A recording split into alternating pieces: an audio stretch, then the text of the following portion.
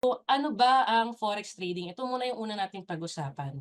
So, forex trading, it's trading of one currency to another for profit. So, in Tagalog, palitan ng isang currency versus another currency kapalit ng kita. So, ito yung pinakamadaling example eh. Let's say, today is March 13. Palitan ng dollar peso is 1 USD equals 50 pesos. And then sabi mo, parang gusto kong bumili ng dollar. I need USD kasi pupunta ako ng US eh. So, yung peso mo, ay yung peso mo binayad mo kasi bibili ka ng dollar. So, yung 1 USD hawak mo, yung 50 pesos mo binayad mo, no? Bumili ka ng dollar. The next day, March 14, nakita mo yung palitan 1 USD equals 56 pesos. Sabi mo, nabili ko lang 'to kahapon ng 50 pesos itong $1 na 'to, eh, tumaas na yung palitan naging 56. Parang gusto ko na lang pumunta ng Europe, ayoko na pala mag-US 'no. So ang ginawa mo, nag-sell ka ng dollar, sabi mo, "Ayoko na pala ng dollar, balik mo sa akin yung peso ko." So nabili mo ng 50, nabenta mo ng 56, nagka-profit ka ng 6 pesos. Ito yung basic, rule sa any investment 'no, you buy low, you sell high. Gano'n din sa trading, bumili ka sa mababa, benta mo sa mataas. Now coach, legit ba yung forex? Baka naman scam 'yan. Forex makikita mo naman 'yan sa Western Union, sa airport, sa SM, 'di ba?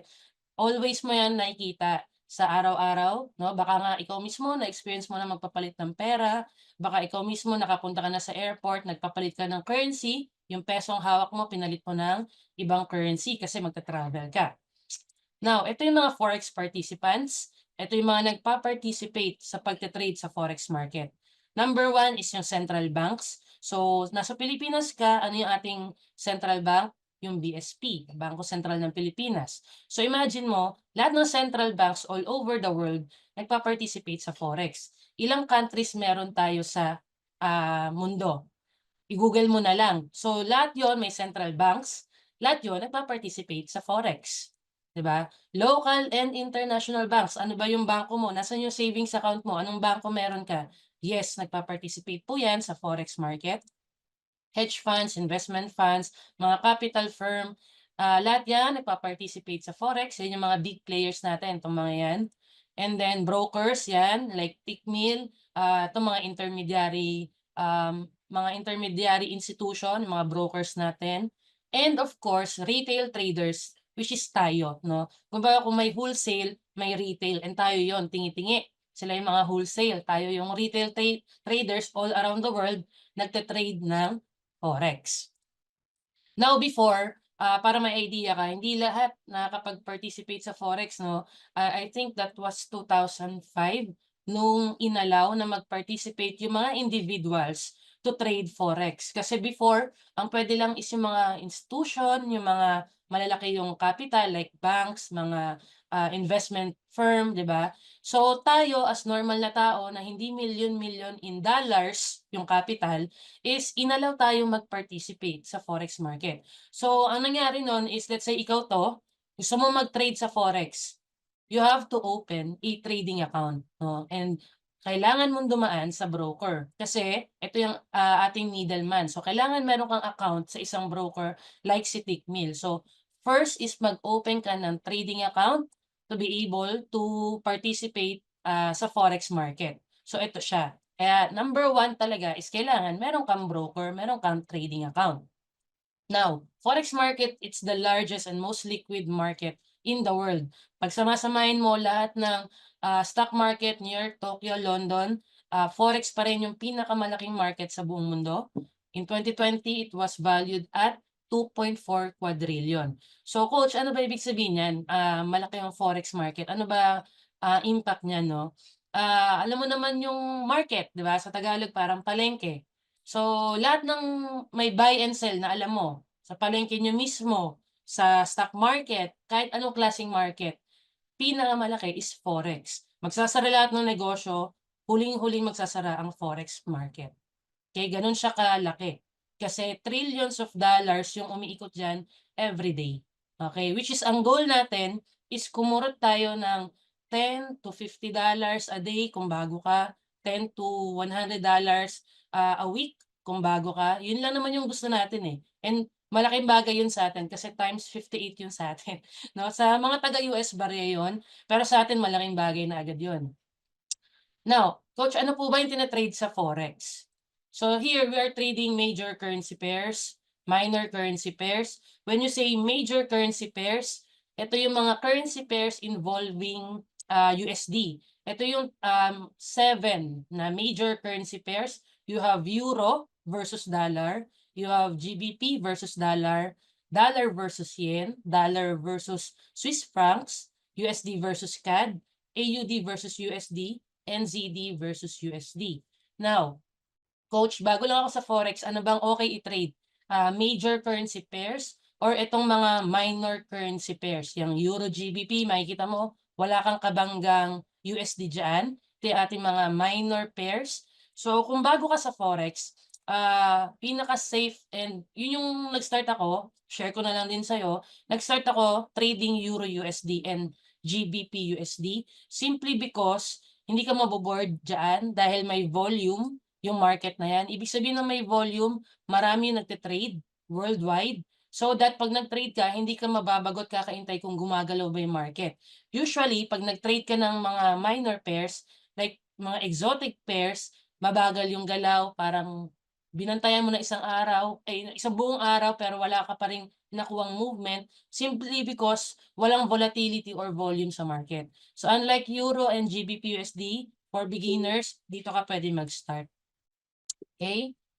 Now, buy and sell in forex. Coach, okay, naintindihan ko, legit siya.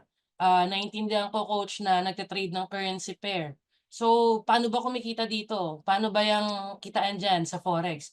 So, pwede kang kumita pag nag-buy ka and pag nag-sell ka sa forex. So, ito lang yung tandaan mo na trading rule when trading forex. You buy yung sa tingin mo na currency na tataas yung value, magse-sell ka ng currency na sa tingin mo bababa yung value. Yun lang naman yung trading rule, eh. You buy kapag sa tingin mo aakyat, yun yung mga keywords natin. You sell if sa tingin mo bababa. Now, you only have one job. It's to anticipate where will the price go. Okay? So, syempre, sa dami na nagte-trade, lahat tayo, ito lang yung iniisip, saan ba ito pupunta? Will it go up or will it go down? Di ba? Yung price ba is diretso pataas or bababa na siya? So, kung nakikita mo yan nasa screen mo ngayon, buy and sell, isa lang dyan tama. Pag nag-trade ka, isa dyan tama. Which means, meron ka ng 50% na probability na baka tama yung trade mo. Kasi isa lang dyan tama. 'Di ba? So, ang kailangan mong gawin is yung 50% na yon, pataasin mo yung win rate. So, kung meron ka ng guaranteed na 50 diyan, tama, dagdagan mo yung win rate, yung mga confluence ba kung tawagin, para mas confident ka na, okay, magbabay ako. Okay, magse-sell ako. Okay, gano'n siya. So, ngayon, since beginner ka, explain ko 'to sa'yo dahan-dahan 'no. So, ito yung ating forex chart. So, 'pag nagta-trade ka sa forex, of course gagamit ka ng forex chart. Ito yung iyong magiging tool. So, ngayon, ito yung price nung tina-trade mo. And for example, ito yung kanyang current price at this moment. Andito yung price, nasa 2,716. And you are trading gold versus dollar. Ayan, XAU USD. So, ito yung ating time frame. Ibig sabihin ng time frame, makikita mo naman yan, yung green tsaka red. Madalas nakikita mo yan sa Facebook, sa TikTok, may mga nag-video, nagla-live. Ano ba yung mga green tsaka red na yan? Ito yung mga candlesticks, no? So, per candle, since ito yung naka-click, itong 4H or H4, it means every 4 hours, ito yung galaw niya. Okay? Every 4 hours. Dito naman, every 4 hours, umaakyat. Dito, every 4 hours, bumababa. Pag pinindot mo naman yung D, it means daily. Makikita mo rin yung chart na every day, ito yung kanyang movement.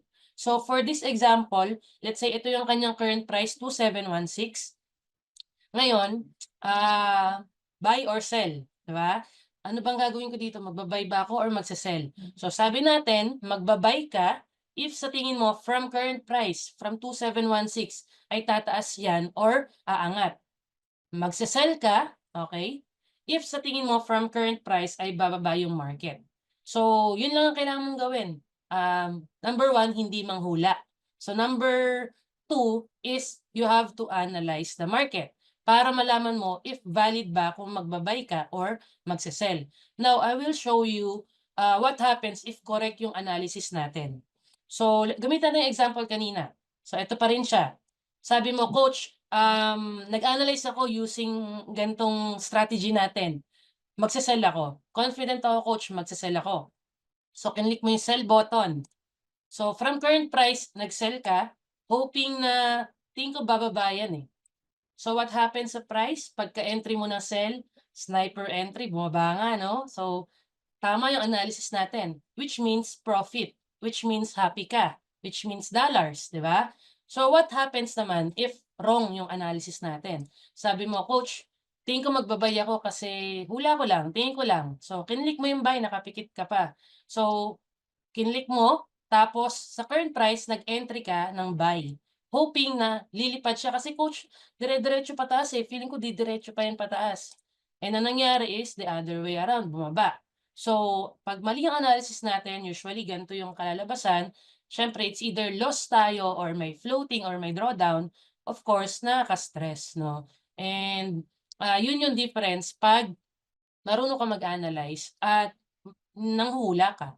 So, kaya andito ako para turuan kita mamaya kung paano yung tamang pag-a-analyze sa Forex. Now, kailan ba nagte-trade sa Forex? When to trade Forex? Open yung ating Forex market 24 hours. So that pag sinabi mo, coach, kasi full-time employee ako eh. Baka hindi ko kaya mag-trade sa Forex kasi busy talaga ako sa work, tas yung boss ko, ganito pa. Diba? Based yan sa experience ko ha. So share ko lang, nag-work ako sa bangko, nagte-trade ako sa Forex during lunch time ko. And even during lunch time ko nang nagte-trade ako is pinapagalitan din ako kasi instead daw na gumagawa ako ng ibang bagay, nagte-trade ako sa Forex. That's why nag-resign ako. Sabi ko ayoko ng gano'n, gusto ko hawak ko yung time ko. Kaya kung empleyado ka, let's say pasok mo is, coach kasi pang night shift ako eh, 9 PM to 6 AM ang pasok ko. So, puwede ka pa rin mag-trade sa Forex 'no, kumbaga, ibang time ka mag-trade, hindi kailangan na 24 hours nakatutok ka sa chart, okey? At least yung Forex market, open siya 24 hours. Unlike sa stock market, hanggang 3:00 lang ng hapon or hanggang 4. So ito, mama-maximize mo yung time mo dito. 5 days a week, Monday to Friday, open ang ating Forex market, except Saturdays and Sundays and major holidays, close po siya. That's why pag Pasko, pag New Year, wala kang makikita nagte-trade masyado kasi sarado. Sa crypto market naman, kung nagte-trade ka ng BTC USD, of course, open yan Monday to Sunday, 24 hours. So, literal, 24/7. So, pwede ka mag-trade ng BTC USD Monday to Sunday. So, meron din tayong tinatawag na Forex sessions. So, we have 3 sessions, no? Ito yung una, Asian, you have London, and you have New York session. So, when you say Asian session, from the word itself, Asian, ito yung mga Asian currencies na kung gusto mo mag-trade ng gantong oras, 7 AM to 3 PM, at ang gusto mong i-trade ay mga JPY pairs, no? Gusto mo mag-trade ng mga SGD pairs, Singapore dollar, Japanese yen, Australian dollar, New Zealand dollar. That's the time na mas okay mag-trade kasi yung volume or yung volatility mas malaki dito sa Asian session. That's the time na open na sila, yung market. Sa London session, ito, isa to sa favorite ko rin na session, 3 PM to 12 AM, nagte-trade ako. Hapon na, kaya minsan yung iba nagtatanong, "Coach, bakit wala ka pang trade ng 12:00 ng tanghali?" Yung mga nagka-copy trade. Kasi hindi ako masyadong nagte-trade ng patay na oras sa akin. So gusto ko London to New York ako nagte-trade. So New York session, 8 PM to 5 AM. So yan, diyan pa lang makikita mo na yung oras kung saan ka makakapag-trade. Especially kung nagwo-work ka, so hindi siya magiging hindrance para sa'yo. Lalo kung 8 to 5 ang pasok mo, habang nasa biyahe ka pauwi, 5:00 ng hapon, meron ka pang time makapag-trade during US or New York session, 'di ba? This one, you're trading itong mga currency pairs. For London, you have Euro, GBP, and CHF. And for New York, you have USD and CAD.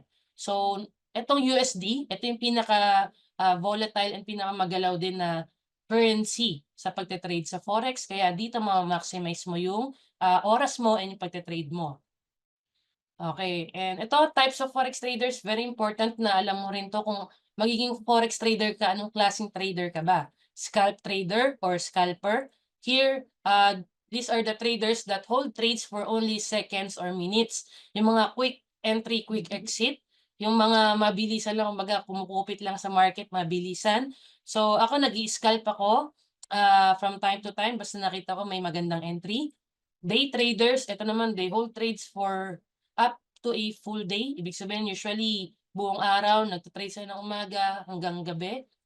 Swing traders, they hold trades for multiple days or weeks. So ito medyo malalaki yung posisyon nito, ay yung capital nito para makapag-hold ka ng trade ng multiple weeks, no? Ibig sabihin laki ng capital mo, especially position traders kasi they hold trades for several weeks, months or years. Now, checkpoint para hindi ka antukin. Inantok ka ba? Okay, syempre hindi, no? So, number 1, okay, recap lang tayo. We understood the meaning of forex and that it is a legitimate business. We know now the different forex market participants. We are trading currency pairs in forex. Forex has only 2 trading rules, buy or sell. 5, there are different types of forex traders, scalper, day traders, swing, and position trader. There are 3 major forex sessions, Asian, London, and New York. Forex market is open 24 hours, 5 days a week, and closed every Saturday, Sunday, and major holidays. Now, sa first part, meron po bang question? Kapag wala, okay lang. Kapag meron, pakitype. Kung naintindihan naman yung tinuro ko sa first part, pwede mong sabihin, clear po, coach, ganyan. Para lang alam ko. So, dito na ako sa second part para lang dahan-dahan at naiintindihan mo. Okay, clear. Okay. Si Miss Mervin, may tanong siya, naapektuhan po ba ang forex trading pag nagkakaroon ng problema sa bansa? Masasagot ko po yan sa ating second part. Itong parating na part, no? And balikan ko po kayo. Yan, so maraming present and maraming nakikinig. Salamat. So, dito na ako sa second part. Pag-usapan natin itong forex quotes. Important na naintindihan mo itong tinatrade mo kasi pag may mga traders akong kausap, 4 years, 3 years na sila sa trade, hindi sila marunong magbasa ng forex quotes. So, i-share ko na lang din, pang dagdag idea sa'yo. Forex quotes, alam naman natin na trading in forex, it occurs between 2 currencies kasi yung isang currency binibili mo, yung isa binebenta mo. Okay, sabay yon. Yung isa binibili, isa sinasell. Let's say nakita mo to, Euro USD. Okay, so paano mabasahin niya? Ano ba tong Euro? Ano ba tong USD? So yung Euro, yung unang-unang currency na nabanggit, that is your base currency. Yung second na currency, that is your quote currency. Now, yung base currency, itong nauunang currency daw, it is the basis of buy and sell sa forex. So para maintindihan mo yan, since base currency daw, yung basis from the word itself, base currency, yan yung ating basis ng pagbabay or pagsasell. Kaya pag sinabi mong buy Euro USD, ang ibig sabihin niyan ay binabay mo yung Euro, matik sinesell mo yung kabila, yung USD. Okay? Again, yung base currency, ito yung basis ng buy and sell. That's why pag sinabi mong sell USD JPY, yung USD yung ating base currency, ito yung ating quote currency, you sell USD, you buy JPY. Sell CAD CHF, ano siya? You sell, yes, correct. You sell CAD, you buy CHF. Narinig kita, bumulong ka. So, ito naman, buy NZD, SGD. So, ano yung binabay mo dito? Correct, NZD. And sinesell mo is SGD. Diba? Ang gagaling ng mga participants kahit hindi ko kayo naririnig, alam kong sumasagot kayo. So, ito yung ating base currency. Now, base currency and quote currency, always mong tandaan na sa base currency, lagi diyang may ang tawag doon, imaginary one. Literal, as in one. So, ibig sabihin yan, pag nakakita ka ng ganito, nakita mo yung price is Euro USD equals 1.14. Ibig sabihin yan, for every 1 euro, there is 1.14 USD. Ito yung kanyang kabangga in USD. Okay, ito yung kanyang palitan. Sa isang euro, meron kang 1.14 USD. So, lagi siyang may imaginary 1 sa base currency. Kahit anong, hindi lang euro baka isipin mo, sabi kasi ni coach, yung euro daw may 1 lagi. So, hindi siya laging euro lang. Depende kung ano yung base currency. So like ito, XAU USD, this is gold versus dollar. So automatic, meron tong 1 sa unahan. So for every 1 ounce of gold, 150 USD. Okay? So that is your Forex quotes. So now, let's talk about pips and lot size. So ano ba yung pip? So ito yung bago mag-6. Hindi, joke lang. So yung pip, it's a measurement of price movement in Forex. So ito yung sukatan ng paggalaw ng presyo ng tinatrade mo sa Forex. So sabi dito, yung pip, it's the fourth decimal point on all major currencies. Second decimal point on JPY pairs. Coach, pambira, bagsak ako sa math. Di ako magaling sa mga decimal point na yan. Ba't may mga ganyang math sa Forex? Actually, hindi. Nakita ko lang sa'yo. Euro USD, di ba? Marunong ka na magbasa niyan, tinuro ko sa'yo. Forex quotes. 1 euro, di ba, is equal to 1.14 USD. So ito yung ating price na gagamitin. So sabi dito, fourth decimal daw on all major currencies. This one is a major currency pair. So ngayon, ito yung kanyang current price, 1.14. Pag tumaas, di ba, naging 1.1401. Ito yung iyong fourth decimal. So bilangin ko na rin para sa'yo. 1, 2, 3, 4. Yan. Yan yung ating fourth decimal point. Ibig sabihin yan, it moved up by 1 pip. Pag bumaba, ito yung iyong current price, tas bumaba ngayon, naging 1.1399. Ayan. It means it moved down by 1 pip. Okay? So madali lang naman siya, ma-minus mo lang. So ngayon, naintindihan mo, okay, coach, na gets ko naman, it move up by 1 pip, bumaba siya ng 1 pip. Now, paano ba siya pag-usapan when it comes to profit and losses? So, let's say lagyan natin ng scenario. We buy Euro USD. So, ano yung tinuro ko sa iyo kanina pag sinabing buy Euro USD, we are buying euro, we are selling dollar. Okay? So, ito yung price. Sabi mo, coach, magbabay ako, inanalyze ko, blah, blah, blah, ganito yung mangyayari dyan, tataas yan. So, tama nga, nag-analyze ka from here, sa current price, kung saan ka nag-entry, umakyat.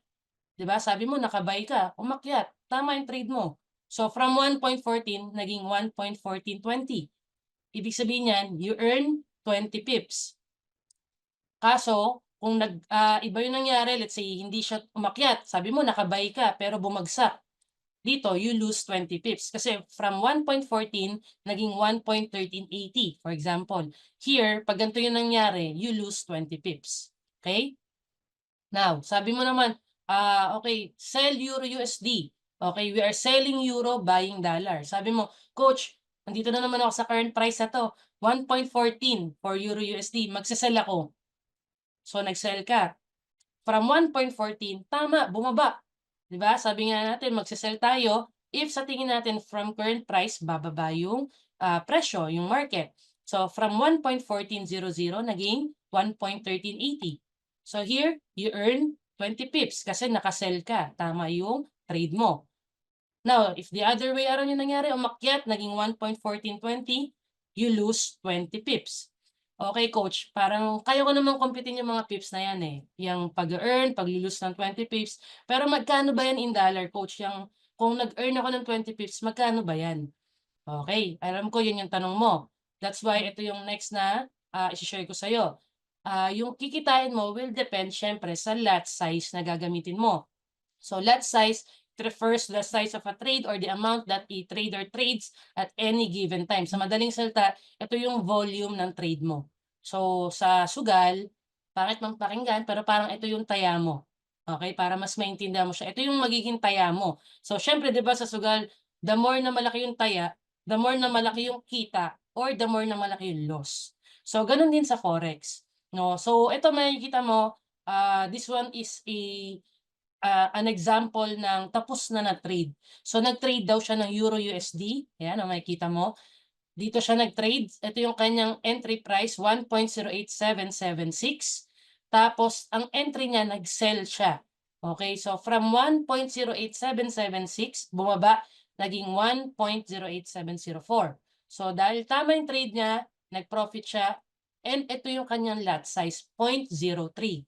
Okay, ayan, makikita mo naman dyan. Ito yung mga lot size. Yan. Pag nakita mo, sell 0.03, sell 1.0, sell 5.0. Yan yung tinatawag na lot size. Now, balik tayo dun sa question mo. Coach, magkano ba yan in dollars? Yang I earn 20 pips, I lose 20 pips, magkano ba? So, ito yung scenario natin. Again, we are selling Euro USD. Okay, magse-sell tayo sa Euro USD. So, hoping na from 1.14, bababa kasi naka-sell. So, tama nga, from 1.14, naging 1.1380. So, here, you earn 20 pips. Now, magkano yung conversion nan sa dollars? Paano mo yan ita-translate into profit? So, meron tayong lot size table. So, ito yung pwede mong pagbasihan. So, kung ang lot size na ginamit mo ay 1.0, one lot kung tawagin, one whole lot, isang buo. Okay, that is $10 for every pip. Okay, ulitin ko. That is $10 kada pip na kikitain mo. So, ibig sabihin kung naka 20 pips ka, times $10, that will give you a $200 profit. Ngayon, kung 0.10, let's say ang lot size mo, that is $1 for every pip.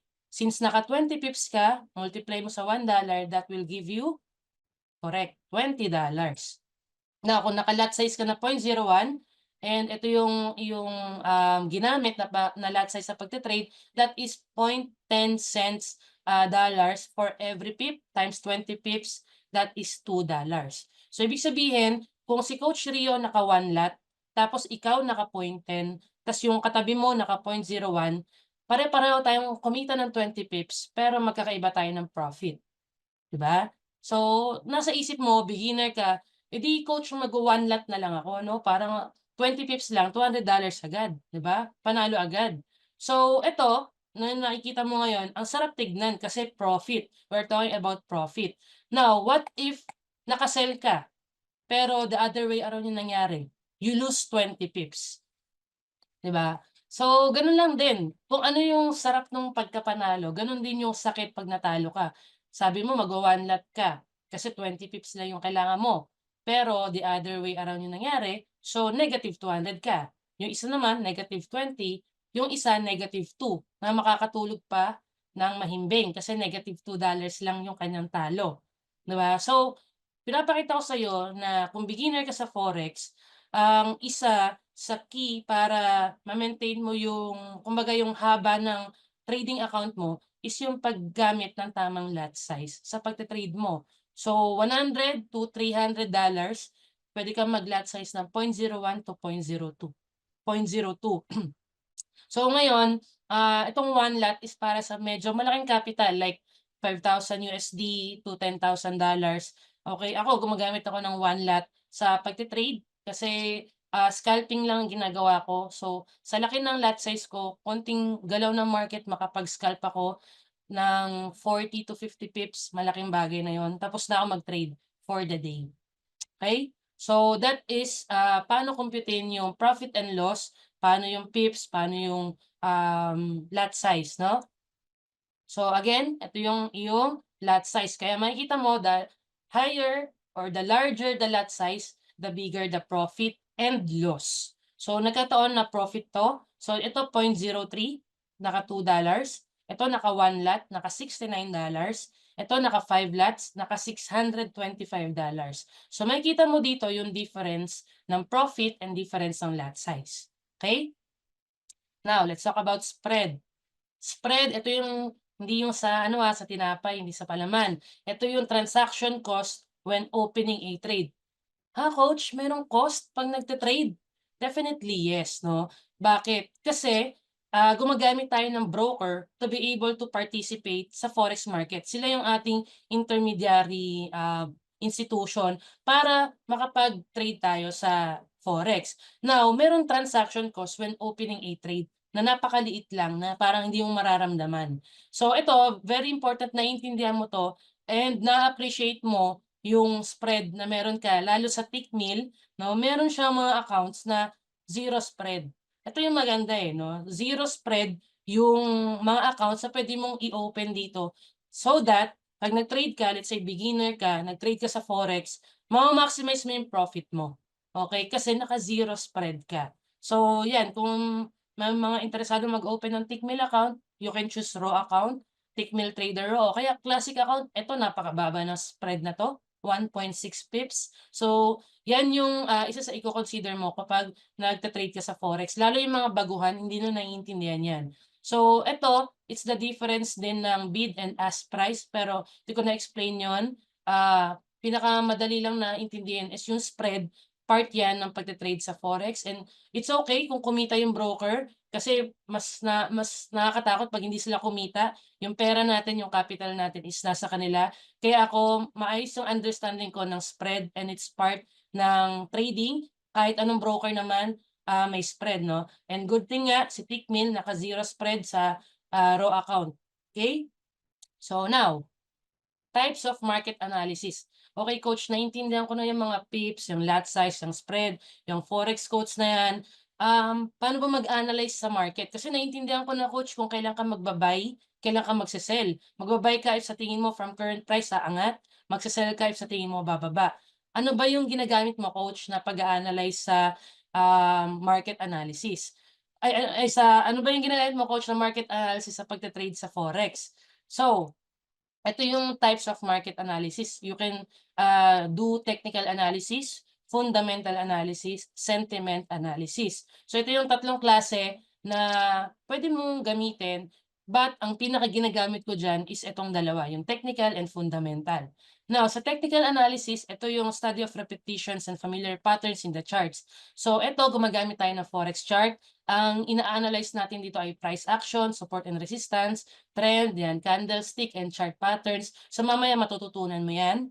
So itong technical analysis, ito yung mostly na ginagamit ng traders worldwide kasi effective siya and talagang madaling ma-predict or ma-analyze yung price kung saan siya pupunta using a very effective na technical analysis, no? So again, we are using forex chart dito. So yung pinakita ko sa iyo kanina na chart, it's a graphical representation showing how the price of a currency pair changes over time. Depende kung weekly, every 15 minutes, every 1 hour, nag-change yung price. Makikita mo naman. So, yung forex chart, coach, kailangan ba naka-PC, naka-laptop, naka-iPad? Actually, hindi. Pwede mo siyang ma-download. Yung MetaTrader 4, ito yung ating trading platform. So, sa MetaTrader 4, meron na siyang forex chart. Pag na-download mo tong app na to, available sa Google Play and App Store. Pwede mo i-install sa iyong phone, sa tablet, sa PC, sa desktop, sa iPad. So that kahit nasan ka, kahit sa ibang lugar ka, pwede kang mag-trade, pwede kang sumilip sa forex chart.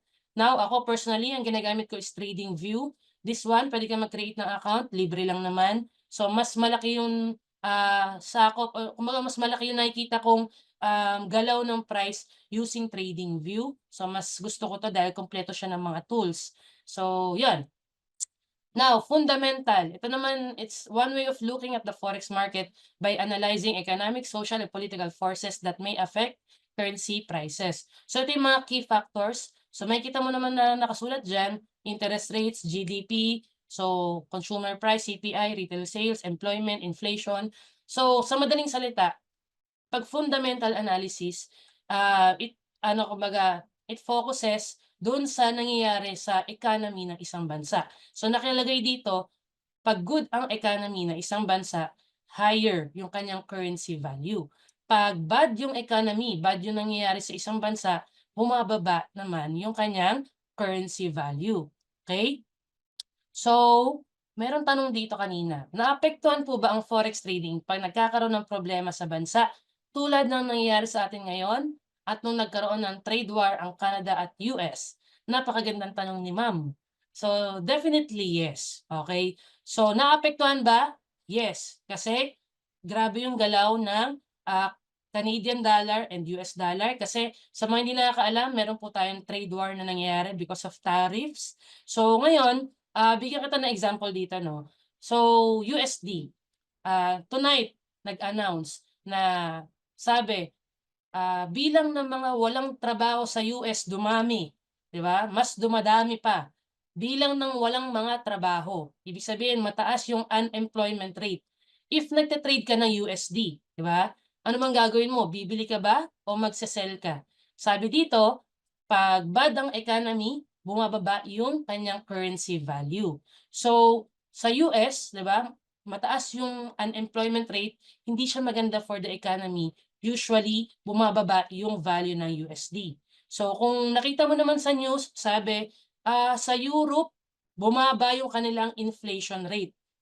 Or kumbaga yung presyo ng bilihin sa Europe bumaba.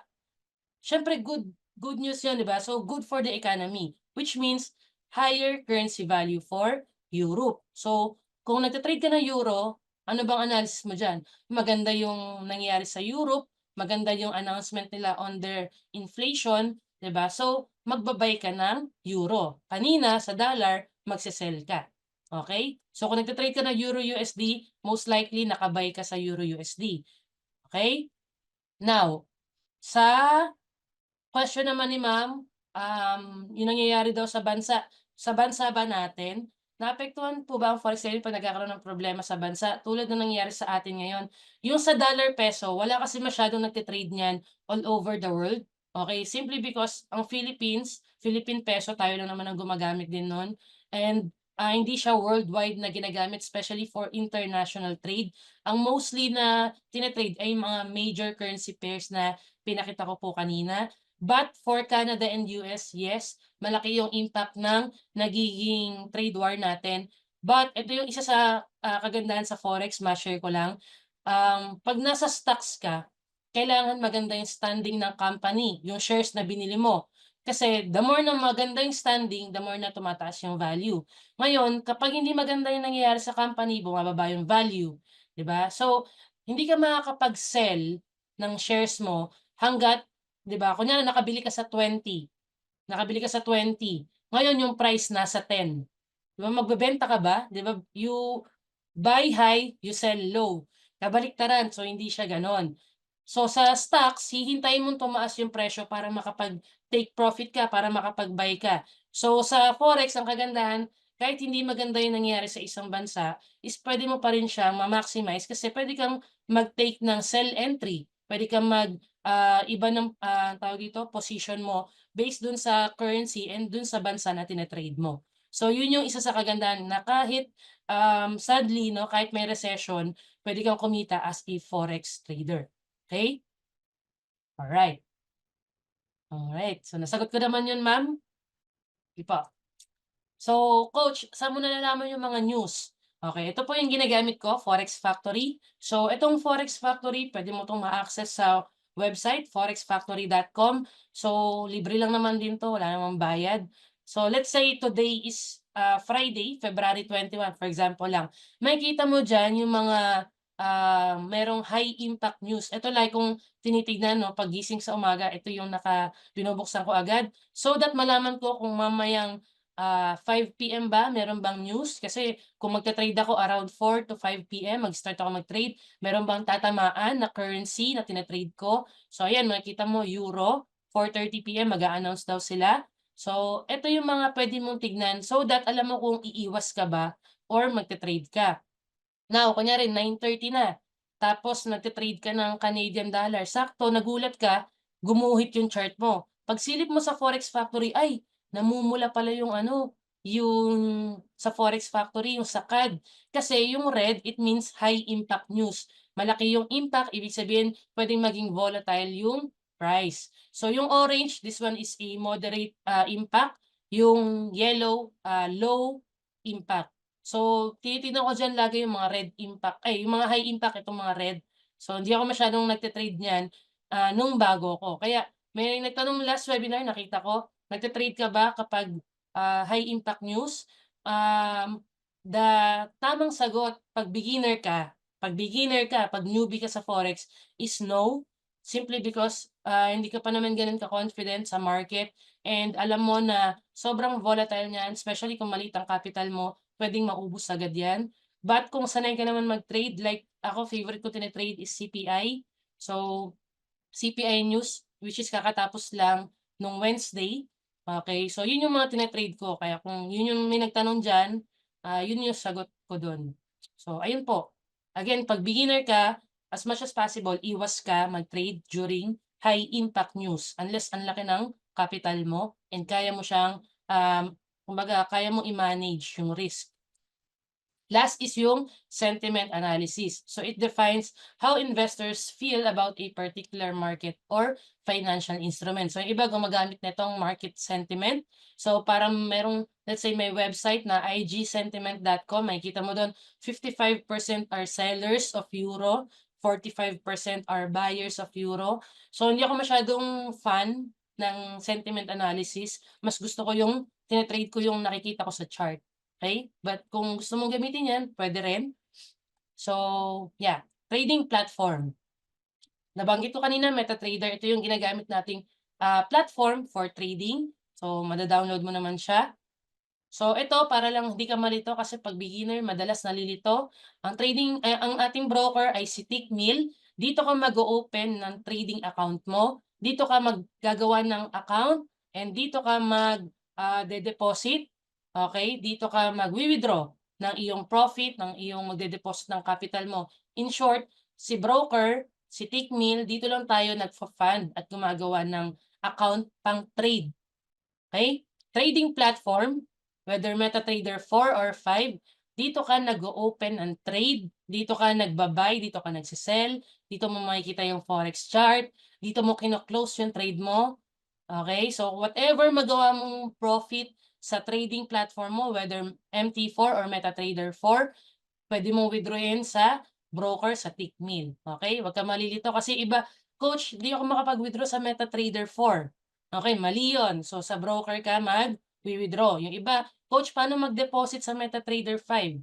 Okay, like sa MetaTrader 5 siya magde-deposit, nandun siya.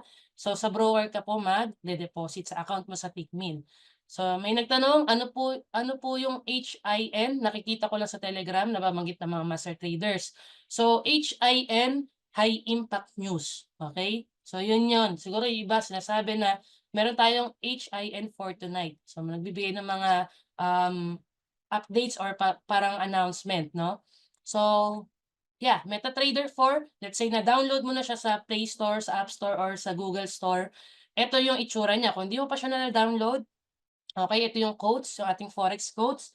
Diyan mo pwedeng makita yung mga gusto mong currency pair na i-trade. So itong Euro USD, nandiyan na siya. Ngayon, kung gusto mo ng GBP USD, pwede mo i-click itong plus dito sa taas. Hanapin mo lang GBP USD. Okay? Chart. So nandito naman yung iyong forex chart. Kung gusto mo makita yung chart ng GBP USD, pwede rin para makita mo yung chart na Euro USD. So select mo lang din dito sa quotes. Tap mo yan and then click chart so that makita mo yung actual price nung tinatrade mo. And then dito sa trade tab, dito mo makikita yung balance o yung capital mo. Dito mo makikita yung open trades mo, whether nag-buy ka or nag-sell ka, and yung iyong floating or drawdown. Floating, ito yung total positions na naka-open, whether floating na positive or floating na negative. So sa example na to, floating siya ng positive 3.9 simply because meron siyang open na positive 4.54 at negative 0.64. Sa history tab, dito mo makikita lahat ng tapos na na-trade. Okay, ibig sabihin na-close na, na-profit na, na-loss na. Dito na yung tapos na na-trade. Okay, so ito yung iyong MetaTrader 4. Checkpoint 2. Okay, so we learn how to read forex quotes. Number 2, base currency is the basis of buy and sell. PIP, it's the measurement of price movement sa forex. Yung lot size naman, yung volume ng tinetrade mo sa forex. Spread, ito yung transaction cost pag nag-open ka ng trade. 5, meron tayong different types of market analysis. We have technical, fundamental, and sentiment. And 6, naintindihan natin yung trading platform na ginagamit natin sa forex. Now, for this second part, meron po ba kayong question? Clear po ba? Naintindihan? Gising pa? Buhay pa? Sige nga, let me know po sa comments. Nakapaos na ako. And, okay, clear. Salamat. Okay. So, may nagtanong dito. Sagutin na natin. Tsaga, inom lang ako. Coach, ask ko lang po, pag may pumapasok na pera sa bank account ko, sa kinikita ko sa forex trading, hindi po ba nagkakaproblema sa bank natin yon? Lalo na pag medyo may kalakihan na ang kita from forex. Sa totoo lang, may mga banks na mahigpit. Sabihin ko na rin yung naging experience ko sa BDO. So, ang kamalian ko, nag-withdraw ako ng like 500K isang bagsakan. So, of course, mafa-flag yung account mo. So, ang ginawa ko nun is ano talaga, sa crypto din pala, papasok yung, fund sa aking video account. Nag-withdraw ko sa Binance ata yun, nakalimutan ko na. Tapos na-freeze ng video yung account ko kasi crypto yung, source. So, ano pa ako niyan, nagka-problem pa ako, may affidavit pa ako ganyan galing pa sa mismong Binance, sa mismong, PDAX, ang dami ko pang ginawa niyan para lang ma-unfreeze yung account ko and ma-prove na, legit naman yung source. So, nagka-problem ako niyan before. That was 2021. So, ngayon hindi ko sure kung sobrang higpit pa rin nila. But, siguro kung malaki yung, wi-withdrawhin mo, puwede mong padaanin sa crypto, okey? Wala namang masama, legit naman siya. And kung 500,000 everyday yung wi-withdrawhin mo, talagang mahirap yun, mafa-flag yun. Ako, let's say na-experience ko mag-withdraw everyday, ng as in everyday ng 50K to 70K everyday for 1 month. Wala naman nag-flag sa'kin. Ang bangko ko ay Union Bank. So, depende na lang din talaga sa bank na meron ka. Okey, kung ma-AMLA ka, yes, may AMLA talaga na policy and part yun dahil nung nagwo-work ako sa bangko, lahat ng 500K fina-flag ko. Kasi yun yung ano ko, work ko. So, 'pag nakita ko na, high amount, high nominal, automatic another approval siya ng officer, parang gano'n. So, lahat ng below 500, okey, process, process. So, may gano'n, 'no? What banks are not so strict when it comes to withdrawing from forex gains? Union Bank, pinakamadali, puwede ka ngang mag-transact diyan ng 500K kung di ako nagkakamali or to 1M sa isang araw. So, 'yan. Pero BDO, medyo hindi ko ina-advice based sa experience ko po. So, 'yun, Union Bank and ano pa ba yung nagbibigay ng kumbaga nagsu-support sa crypto, Security Bank, okey lang, but not BDO, 'no? Medyo ingat po kayo kasi nagkaroon din ako ng checking account, share ko na rin based sa experience dahil forex yung pumapasok dun, puro galing kita sa forex, na-flag din nila even checking account 'no. So yun, mahigpit. PNB, wala kasi akong PNB, eh, pero hindi ko sure, sige, alamin ko rin yang mga yan about sa mga banks naman next time 'no. Magse-share ako um ng details about diyan, alamin ko. Okay. So ayan, sabi naman ni Sir BPI din daw experience niya. So ayun po. So okay na ako sa second part, dito na tayo sa last part, okay, ng ating, webinar and salamat pala guys sa mga, comment, na-appreciate ko na nagre-respond kayo 'pag may tinatanong ako, ibig sabihin nakikinig pa kayo sa akin. So kahit mapapaos na ako, diretso natin 'to. Now, ito yung ways to trade in forex. So there are two ways to trade sa forex. You have manual trading and automated trading. So sa automated trading dito, pwede kang mag-automated trading using forex robot and pwedeng copy trading. So una nating pag-usapan, ito since last part naman na 'to ng webinar ko, ito yung pag-uusapan natin, manual versus automated trading. So sa manual trading, dito muna tayo magfo-focus.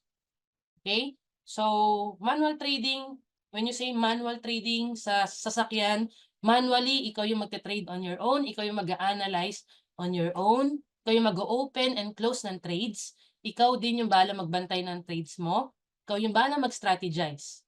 Ikaw rin yung bahalang mag-manage ng risk mo sa pagte-trade. That is manual trading. Ikaw yung mismo nagte-trade na sarili mong capital. Now, what it takes to be a successful manual trader? Of course, you have to study, you have to apply kung ano yung natutunan mo, and of course, yung in-apply mo na yan, trial and error yan kasi doesn't mean na in-apply mo is yan na agad yun. So, hanap ka ng strategy na best na mag-work para sa'yo.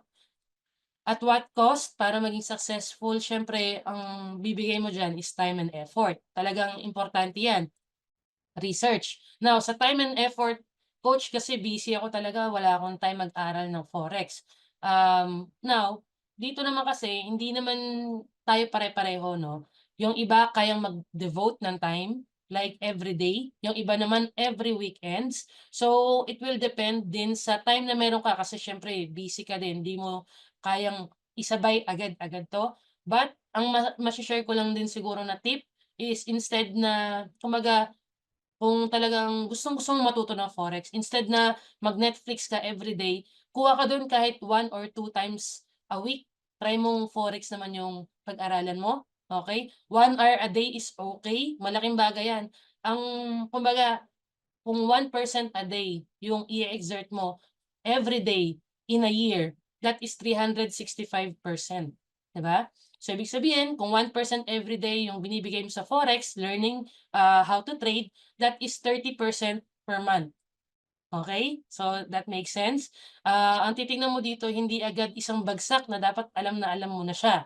So ako, I appreciate yung mga attendees ng mga beginners, 'yan yung mga gusto kong nakakausap at nakakasalamuha kasi yung pag-a-attend ng webinar like this, time and effort na 'yan 'no. Instead na Friday ngayon gumi ka or nagsasaya ka, nagiinom, andito ka nakikinig sa'kin. So dun pa lang, time and effort. So again, 1% per day, tandaan mo 'yan. Research, hanap ka dito ng effective na strategy na mag-fi-fit sa'yo. Sa forex, sa sobrang daming galing na trader at sobrang daming effective na strategy, hindi lahat ng strategy magwo-work sa'yo, okey? Siyempre depending on the type of forex trader na gusto mong maging, baka yung strategy nila ay pang swing trader, eh, scalper ka, so hindi siya magwo-work for you. So ngayon, meron naman akong mga strategy na puwedeng i-share sa'yo. Meron akong M5 scalping strategy wherein here kahit 20 to 30 minutes per day kaya mo mag-trade using yung aking M5 scalping strategy na libre lang naman, wala kang kailangang bayaran. And then, yun hanap ka ng strategy na magfi-fit sa personality mo rin. Kasi mamaya gusto mo pala yung mga komplikado, so gusto mo yung mga SMC, ICT, mga gano'n, puwede ka do'n. Pero may mga tao na hindi maintindihan yung mga gano'ng bagay, gusto nila yung basic na strategy. Puwede rin, 'di ba? So, kung ano yung magfi-fit sa'yo. And at what cost para maging successful trader? Of course, mawawalan ka ng pera, masusunugan ka. Part 'yan, okey? 'Pag ito hindi mo naintindihan ngayon pa lang, ako na nagsasabi sa'yo hindi para sa'yo yung forex, okey? Kasi 'pag ito, dininay mo sa sarili mo na kailangan di ako mabawasan ng pera, masunugan.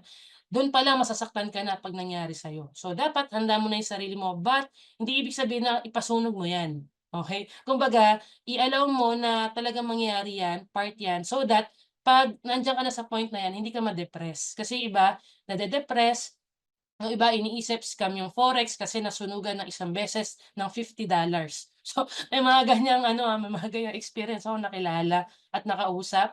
And ngayon iba na yung tingin nila dahil natuto na sila, okey? And frustration darating sa time ako mismo na-frustrate ako for the first 6 months na wala akong kinikita sa forex at lahat ng sweldo ko dine-deposit ko every sweldo, 'no? Darating ka sa point na mauumay ka na kaka-deposit. Alam mo yung nagta-trade ka pa lang alam mo ng magde-deposit ka.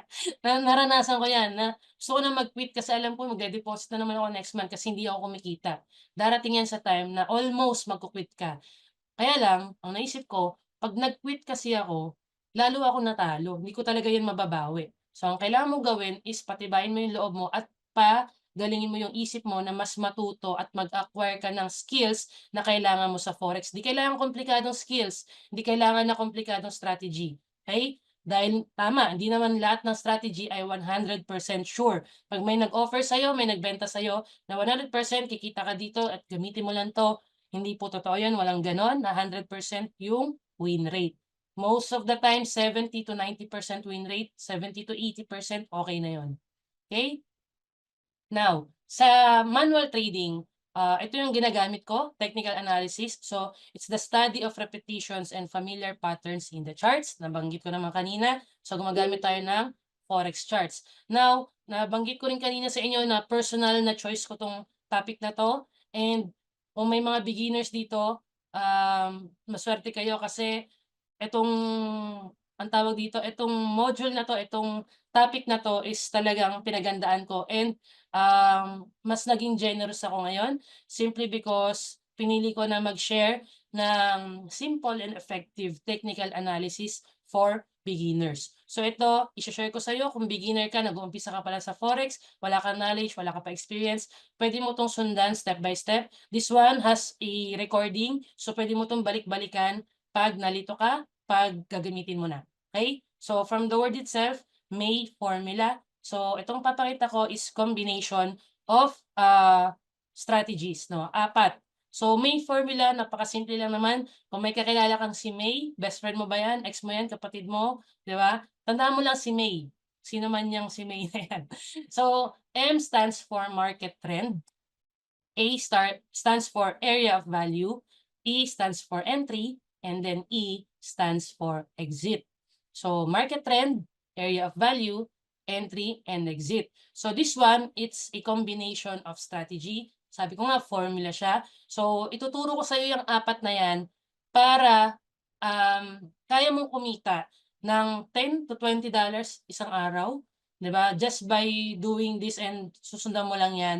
And of course, hindi ko sinasabi na 100% hindi ka malo-loss, but malaki yung chance na manalo yung trade mo. Okay? Dito papasok na hindi ka nag-gambling, nag-analyze ka using itong mga formula na 'to. Kasi again, trading without proper analysis is gambling.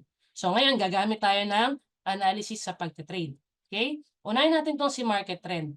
'Pag sinabing market trend, ito lang yung itatanong mo sa chart. Kausapin mo si chart. Ano ba yung uso? Trade ako ng Euro USD. Ano ba yung uso? Diba? So, ano ba yung trend ngayon? Diba? Meron tayong 3. Meron tayong uptrend, downtrend, and range or consolidation. So, ito yung klase ng trend na titignan mo sa chart.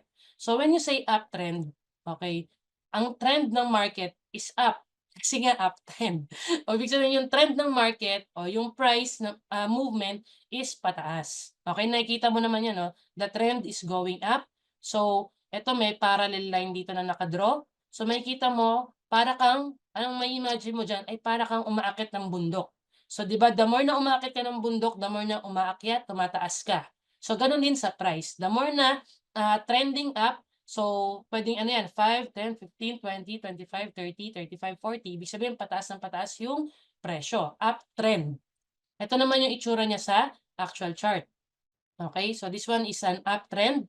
Makikita mo, this one is British Pound, GBP versus USD.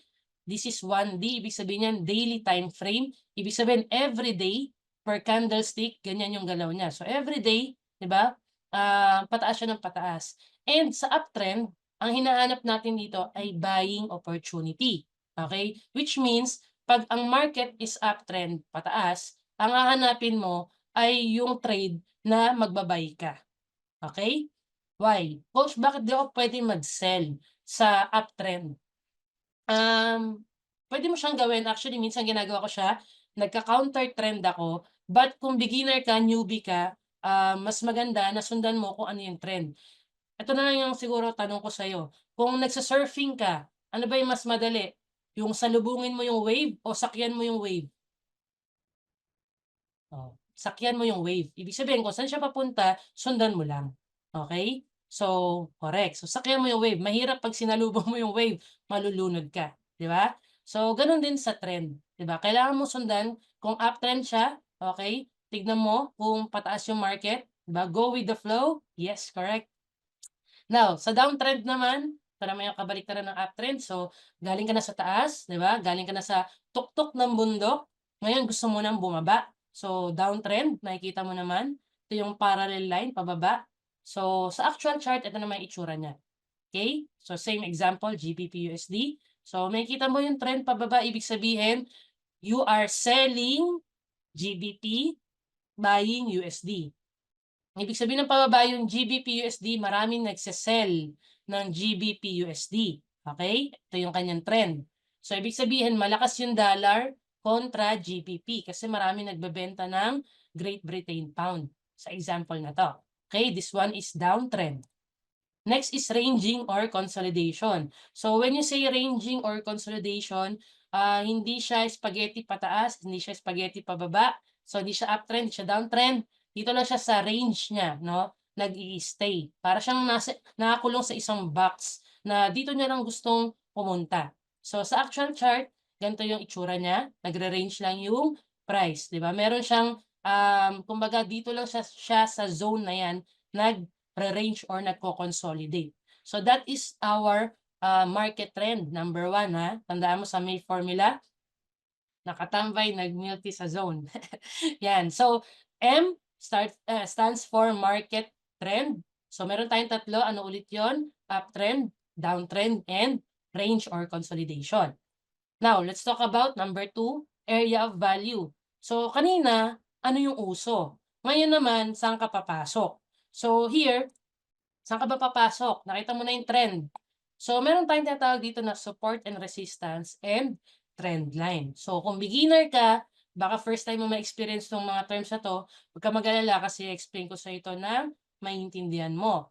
So, support and resistance, so kahit di mo na basahin yung nakalagay diyan, okey, tingnan mo na lang yung picture na nakikita mo. So, when you say support, ito yung, price sa chart wherein parang ito yung nagsisilbing floor. Kumbaga sa bahay, yan yung flooring, yung tinatapakan mo, okey, yan yung floor.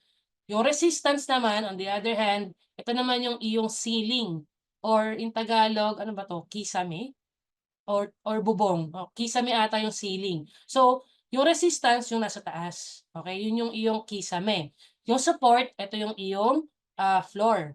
So, makikita mo diyan meron tayong nabanggit na ceiling and floor sa price ng, market 'no. Ibig sabihin, usually, every time yung price ay nasa support, andito yung mga buyers. They push the price pataas, okay? So, ibig sabihin sa support area, ito yung parang zone o kaya area of value kung saan dito nagpapasukan yung mga gustong bumili, okay? Sa resistance, ito naman yung zone kung saan nagpapasukan yung mga gustong magbenta. Andito yung mga sellers. Every time na uuntog sa resistance and sa support, okay? So now, question mo, coach, okay, paano ko malaman kung nasan ba yung support? Nasan ba yung resistance? So, ito yung actual chart. So, sa totoo lang, itong yellow line na nakikita mo, support tsaka resistance, ako lang naman yung nag-plot niyan. Ako lang yung nag-drawing niyan, ako lang yung naglagay niyan. Sabihin ko na rin sa'yo, since newbie ka, baka pareho tayo ng ma-experience, na ano ako, na ano bang term nun? Na kinakabahan ako, baka feeling ko mali yung support na na-plot ko or yung resistance na nalagay ko baka hindi valid. Okay? 'Pag newbie ka, 'pag beginner ka, 'yan yung mga common na mafi-feel mo, "Tama ba 'tong nilagyan ko ng support, line? Ito ba yung resistance zone?" 'Di ba? So, para mas maging confident ka sa pagpa-plot ng support and resistance, check mo, 'di ba, kung nag-touch, 'di ba, na 'yan naglagay ako ng line. 'Pag 3 or more touches yung nangyari, for me, that is a valid support. Ibig sabihin ng 3 touch, makikita mo naman yan 1, 2, 3, 4, ayan 5, 6, 7, 8, maraming beses. So, ibig sabihin valid support. Ito yung ating flooring. Dito pumapasok yung mga buyers. That's why nung nasa support area at nag-buy ka, nakikita mo naman nag-buy ka sa support, umakyat yung price. 'Di ba? Every time nasa support, umaakyat. Ay, sorry. Here, every time nasa support, umaakyat. Okay? Now, sa resistance naman, paano mo malaman kung valid yung resistance na pinlat mo? Same din, make sure na 3 or more touches, that could be a valid resistance for me. So like ito na nilagyan ko na yellow line, this one is ito, 1, first touch, second, third, fourth, fifth, sixth, seven, eight. So maraming touch ng resistance, ay ng, tama, sa resistance. So that is a valid resistance and here, every time na yung price ay nagta-touch dito, ang tendency is to go down. Okay? I'm using the word tendency kasi baka sabihin mo, eh coach, pag pala support and resistance, ganun lang. Buy sa support, sell sa resistance. So, nung baguhan ako sa forex, ganun lang din yung sinusunod ko naman. Tama naman yun, okay, valid yun, but hindi ko napag-aralan yung mga tinatawag na fake out, breakout, which is ishe-share ko na rin sa'yo, okay? So ngayon na-plot mo support and resistance. Ngayon nakita mo nasa resistance nag-sell ka, correct? Nasa support nag-buy ka, correct? Ngayon sabi mo, "Coach, bakit itong nasa support na 'to, okay, hindi siya nag-bounce pataas, hindi siya nag-up." 'Di ba usually yung mga buyers andito? Okay. So makikita mo from resistance, 'di ba nag-sell yung mga sellers. So they push the price pababa until such time na mabutas nila yung support, but ang lakas ng mga buyers. They still manage to push the price pataas, 'no? So ibig sabihin niyan, this one is a fake out. Ibig sabihin akala ko, kung titignan mo 'to, akala ko butas na yung support, dire-diretso na talaga siya pababa.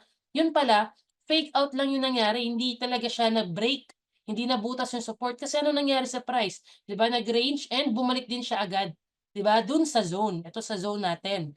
Anong nangyari dun sa ano, sa ang tawag dito, sa price, umakyat ulit, 'no? So, ibig sabihin gano'n katindi yung mga buyers sa market.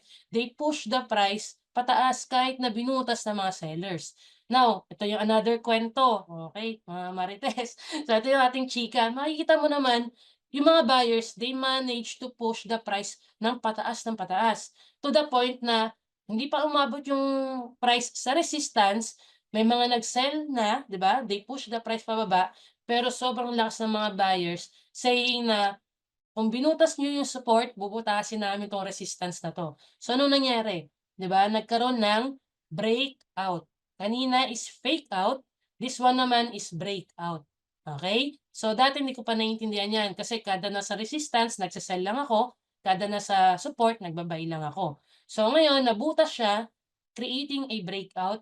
And then ano nangyari, the price continue to go up, okey? So, 'yan yung titignan mo.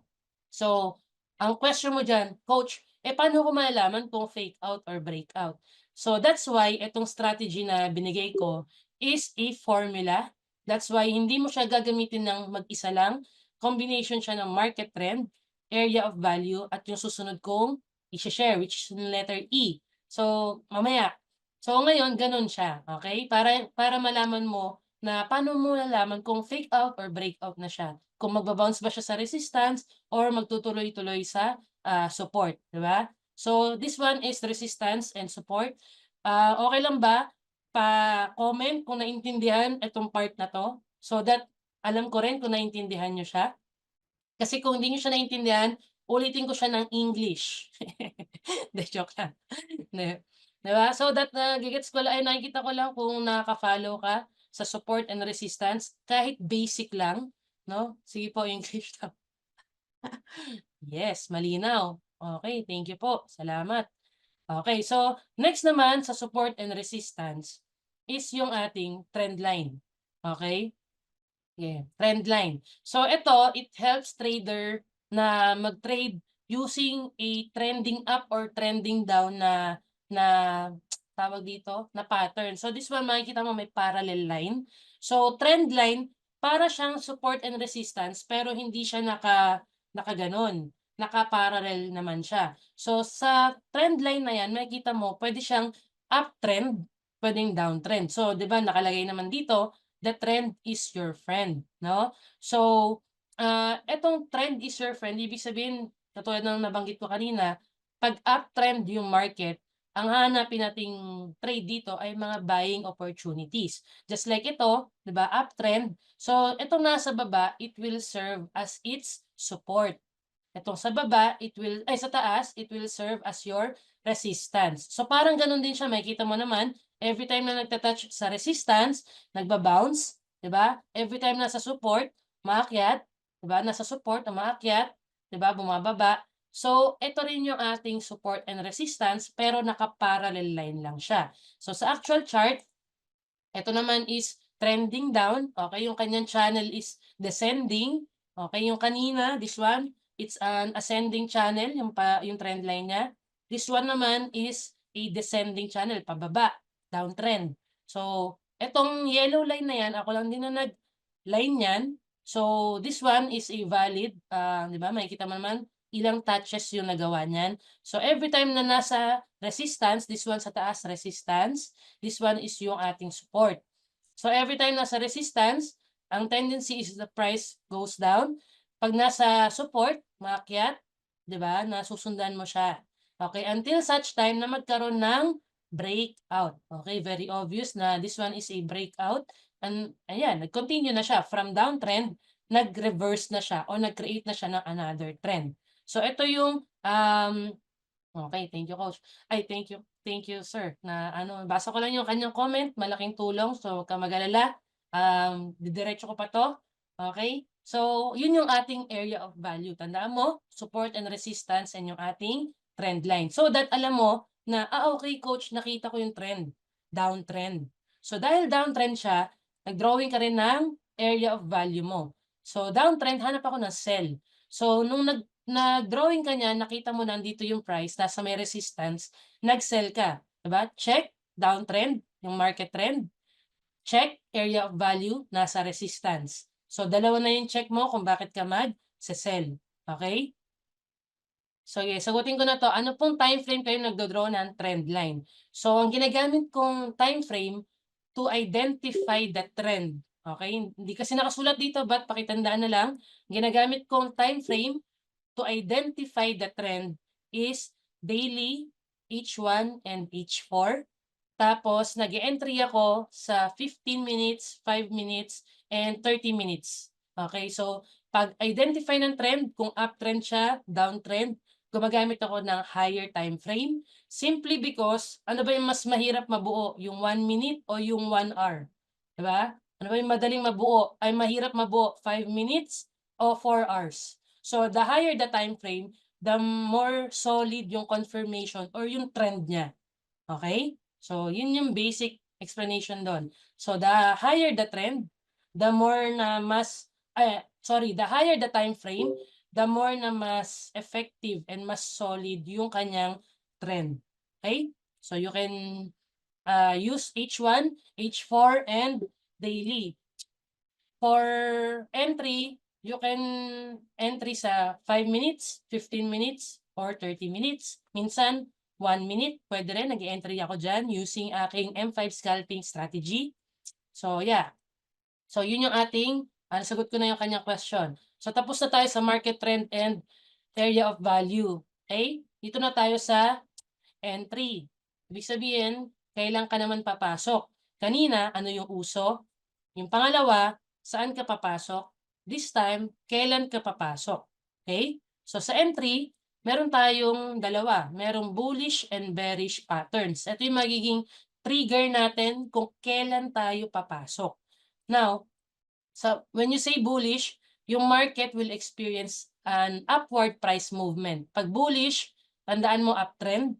Okay? Most of the traders are buyers or on the buying side. So, may uptrend na mangyayari and the prices will go higher from where they currently are. Okay? So, pag bullish ang market, we are looking for buying opportunity. Okay? So, ito, makikita mo naman to madalas na nababanggit. So, higher high, higher low, yan. So, ito, galing siya sa low, itong L, it means low. So, once na nag-create siya ng low and then umakyat ng ganyan, ito yung iyong magiging first na higher high. Okay? And then, syempre, magkakaroon tayo ng tinatawag na pullback, okay? Or retracement, bababa siya, creating your higher low. Okay? So, ang mangyari dyan, nagkaroon ka ng HH, higher high, and then nagkaroon ka ng higher low. Now, ang second na higher high mo, lalagpasan niya yung una mong higher high. Okay? So, makikita mo naman dito, mas mataas na. Sabi nga dito, prices will go higher from where they currently are. So, makikita mo na bullish ang market pag nag-create siya ng higher high and higher low. Just like etong nasa chart na nilagay ko. Okay, ito example na to. So, ako na rin yung nag-mark nito. Makikita mo naman yan, very bullish. Kaya pag sinabi ko na bullish siya, it's an uptrend, no? Makikita mo, may higher high, higher low, higher high, higher low. Ngayon, kung nalilito ka dyan sa higher high at higher low na yan, nung bago ko, natatanga rin ako dyan, sorry for the word, ang pinaka gawin mo na ng technique siguro is kapag bullish or kapag uptrend, ang gagamitin mong first word lagi ay higher. Okay? And higher, kapag nasa taas, edi high. Pag nasa baba, edi low. So higher high, higher low. This one is higher low. This one is higher high. So ganun na yung ginagawa ko. So share ko lang. And then pag naman bearish yung ating market, kabaliktaran, it will experience a downward price movement. Most of the traders are sellers or on the selling side. There is a downward trend and prices will go lower from where they currently are. So dito hanap tayo ng sell. Ngayon, ito yung itsura naman niya. Galing siya sa high. Okay. This time, magkikreate naman siya ng LL or lower low. And then, pagka-create ka ng lower low, ito yung first lower low mo. Of course, tulad kanina, magkakaroon tayo ng pullback. Diba? Magkikreate naman siya ng lower high. Okay? lower low, lalagpasan niya yung first na lower low mo. Okay, so wag kang malito kasi it's just a term. Okay, lower low and lower high. But ang pinaka naman kailangan mong tignan dyan is yung structure. Okay, so creating lower lows and lower highs. And sa totoo lang guys, itong mga words na 'to and itong mga structure na 'to, importante rin 'to sa pagte-trade sa forex, simply because madali mong ma-identify kung ano yung trend, ano yung na-create niya, lower low ba, lower high, or higher low. So, kung nalilito ka kung nasaan ba diyan yung lower low, nasaan diyan yung lower high, so gawin mo lang din yung tinuro ko, since downtrend, pababa yung market, use the word lower muna, and then, isipin mo na lang kung low or high. So, since downtrend, ano 'to, lower low. Ito lower high. Okay? Ito lower low. Kasi alam mo maging high 'to nasa baba, 'di ba? So, lower low. Ito naman nasa taas, lower high. Okay? So, gano'n kasimple. Bullish and bearish market. Now, dito sa entry triggers, ito yung kailangan nating maintindihan, 'no? Gagamit tayo ng candlestick. So, very important sa hindi pa marunong na nanonood ngayon, di pa marunong magbasa ng candlestick. Isa 'to sa favorite ko dahil nung bago ko, ito yung minaster ko rin. So, 'pag nakakita ka ng candlestick na green tsaka red, automatic ba isipin mo, "Ay magba-buy ako, ay magse-sell ako." Actually hindi. You have to understand yung anatomy nung candlestick. So, here, okay, ito dito muna tayo sa green na candlestick. Okay? Here, itong, tawag dito, 'tong may araw na 'to, ito yung kanyang opening price. Ibig sabihin, dito nag-open yung price, dito nag-close. Okay? And this one, ito yung kanyang body. Itong kulay green. Kumbaga sa kandila, yan yung kanyang mismong katawan. Okay? So sa baba, dito nag-open yung price, dito nag-close sa taas. Green is for bullish, for buy. Okay? Kaya minsan nakikita mo pag green, nagba-buy, 'di ba? Bullish yung market. Simply because yung price, lagyan natin ng number. Yung price nag-open sa 5, tapos nag-close sa 10. Ibig sabihin, yung buyers, they managed to push the price from 5, tapos nag-close sa 10. Ibig sabihin, they are pushing the price pataas. That's why, bullish. Okay? So, dito nag-open, dito nag-close. And ito, since dito nag-open yung market, bago siya mag-close, ito yung pinakamababang na abot niya. Ibig sabihin yung mga sellers, they try na ibaba yung presyo. So nag-open sa 5 and tinry lang ibaba sa 2, okay, yung price. But ang lakas ng mga buyers, okay, tinaas nila yung price hanggang dito sa 20, no? But may mga sellers pa rin siyempre, so bumaba pa yung price and dito nag-close. But since yung price ay nag-open sa 5, nag-close sa 10, bullish pa rin siya. Mas mataas pa rin siya nag-open kaysa dun sa nag-ano siya, ay mas mataas pa rin siya nag-close compared dun sa nag-open siya. Okay? So ngayon, dito naman tayo sa red, ito naman yung kabaliktaran. So pag nakita ka ng red candlestick, pag binasa mo yan, dito nag-open yung price. Okay? And the sellers, di ba, nag-open sila sa 10. Sellers try to push the price pababa. Okay, dito nag-close. From 10, nag-close naman sa 5. Okay, but yung mga buyers, tinry nila i-push yung price hanggang 15. Kaso hindi kaya kasi sobrang laki ng ano talaga, momentum ng mga sellers, inabot pa tong 1, no? But nag-close pa rin sa 5. Kumbaga, nag-open sa 10, nag-close sa 5, nanalo yung mga sellers. They push the price pababa. Okay? So this one, this is what you call the body. And etong mga to, yung low and high, ito yung mga wicks. Okay? Yung wicks ng candle. So sa green, again, you are looking for a buying trade, buying opportunity, bullish yung market. Usually, pag nakita ka ng series of red candlesticks, you're looking for sell or bearish market. Okay? Now, ito yung chart. Ito yung mismong example ng forex chart. So, kung check natin yung anatomy ng candlestick. So, let's say itong red candlestick na to, dito nag-open yung price. Okay? And then, the buyers, they try to push the price pataas. Ito yung high na naabot niya. Kaso, ang daming sellers, binaba pa ng binaba ng sobra, but yung mga buyers medyo pumalag, kaya dito nag-close. So what happens to the price? Nung nakita mo 'tong big red candle na 'to, 'di ba, very bearish, ibig sabihin sellers are present. What happens to the price? Bumaba ng bumaba, okay, bumagsak. Now this one, it's a green candle na solid. So anong ibig sabihin niyan, anong kwento niyan? Dito nag-open yung price, yung mga sellers medyo mahina, ito lang yung naabot na low, and yung mga buyers since ang lakas nila, inabot dito, and may konting sellers na nanalo, dito nag-close yung price. So makikita mo very bullish. So what happens to the price? Umakyat. Okay? So clear tayo diyan? Okay. Now, ito yung pwede natin gamitin, candlestick patterns. So these are used to predict the future direction of price movement. So from nakalagay dito, you have to use it para ma-predict, hindi para mag-guarantee. Okay? So ito, makakatulong lang tong tool na to para mas maging solid yung ating magiging buy or sell entry. Okay? So ngayon, sa bullish, meron tayong pwedeng gamitin like hammer. Okay? So hammer sa Tagalog is martilyo, parang pamukpok. So pag tinignan mo, ano ba tong hammer na to? Imagine mo, dito nag-open yung price. Okay? So dito siya nag-open and then ang daming sellers binaba ng sobrang babang baba. But ang dami ring buyers na pumalag and they managed to close the price dito. Okay, so ano ibig sabihin niyan? Sa haba ng week na 'to, sobrang daming sellers, pero mas malakas yung buyers, indicating, okay, bullish momentum na puwedeng mangyari 'no. So puwede mo sabihin na kita ka ng candlestick na ganyan.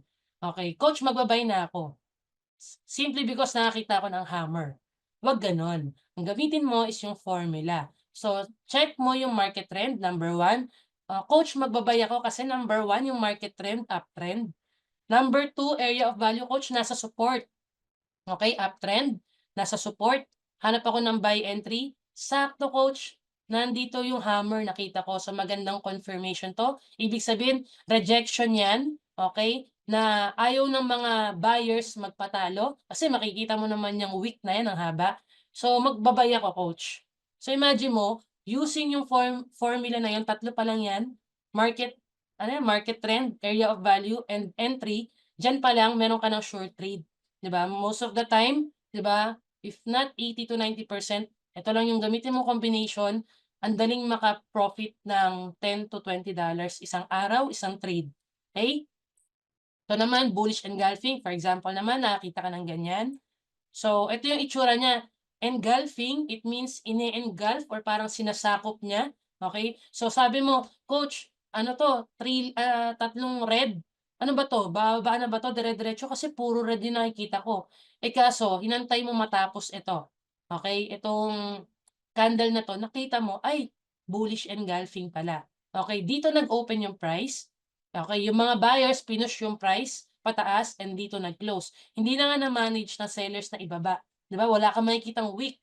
Okay? So ngayon, ito yung ating bullish engulfing. So sabi mo, "Coach, nakita ko sa chart, okay, bullish engulfing." Kumbaga, isang candle, tatlo agad yung sinakop. Kumbaga, itong tatlong 'to, isang buong green lang kailangan para ma-engulf, 'no? So sabi mo, "Coach, nag-check ako market trend, uptrend." Coach, yung area of value nasa support. Tapos coach, engulfing, nakakita ko bullish engulfing.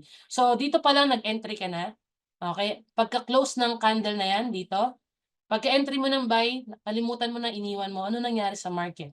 Umakyat, okey? So 'yan yung sample ng bullish triggers. Dito naman tayo sa bearish triggers. Now, shooting star, ito naman yung example na kabaliktaran. Kanina merong hammer, ngayon naman may shooting star. So dito nag-open yung price and makikita mo naman ito yung high. Ito yung pinakamataas na naabot. Ibig sabihin, nag-open siya, tapos yung mga buyers, they try to push the price pataas. Kumbaga, sabi nila, dapat ano 'to, maging bullish, dapat, uptrend tayo, tumaas ng tumaas. Kaso yung mga sellers, sila yung nanalo, they manage to close the price sa baba ng open price. Okay, kumbaga natalo yung mga buyers kasi mas malakas yung selling pressure. So eto, 'pag nakakita ka ng shooting star, magse ka ba agad? Hindi. Mag-aantay ka ng confirmation. Just like ito sa chart, nakita mo, coach, may nakita akong shooting star. Sakto, ang overall trend ay downtrend. Sakto, coach, yung area of value, nandito ako sa resistance na minarkahan ko. At sakto, nakakita ko ng shooting star. So, magbabay ka ba or magsisell? Of course, magsisell. So, kung nag-sell ka sa close ng candlestick na yan, nakuha mo na agad yung trade na yan. Okay? Ilang dollars na agad yan. Diba? So, next naman is bearish engulfing.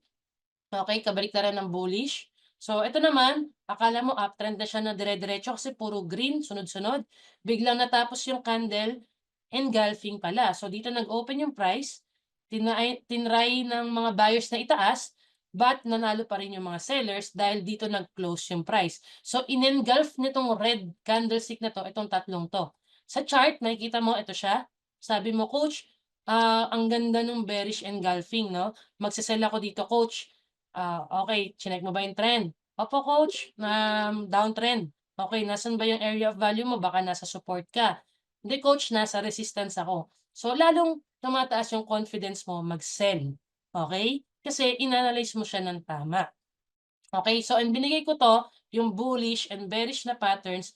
Ito yung dalawang, candlestick na madalas na ginagamit ko.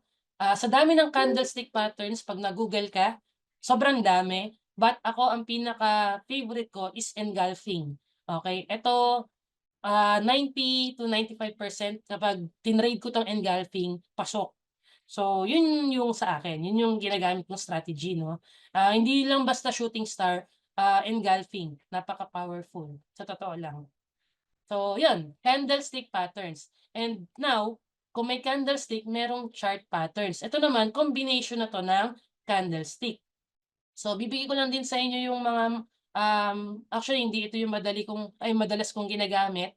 Mamaya share ko sa inyo. So, ito for the sake of example ng chart patterns, let's say nakita ka ng bullish rectangle. So, by the way, itong mga patterns na 'to pwede mo 'tong i-Google. Hindi ako nag-create ng pattern na 'to. So, masa-search mo 'yan, type mo lang chart patterns, lalabas 'yan and ako may kodigo ako sa gilid ng ano ko, tabi ng pinto. Every time na magte-trade ako ng bago ko, titignan ko lang, parang familiar 'to, parang ito yung chart patterns na 'yan. Sinusundan ko siya.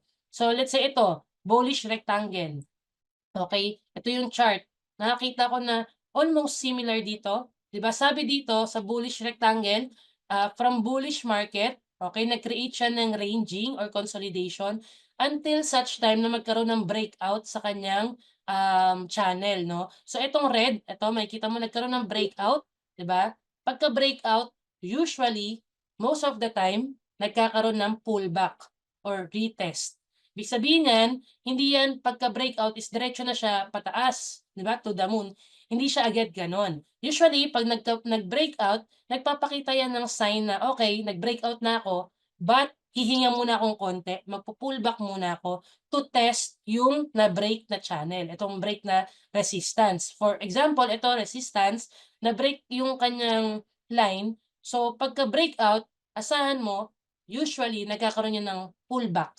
So pagka-pullback, that's the time na maganda mag-entry. Okay, kasi bullish rectangle tulad niyan, pagka-break, ito nga wala na 'tong pullback, dire-diretso na, okay, until such time na umakyat at umakyat pa ulit. Okay? Now ito naman double bottom. So possible makita mo, sabi mo, "Coach, maganda yung nakita ko sa chart 'no, nakakita ko ng double bottom." So sa double bottom sabi mo, "Coach, ang overall trend ng market is uptrend. Yung market ay yung area of value nasa support.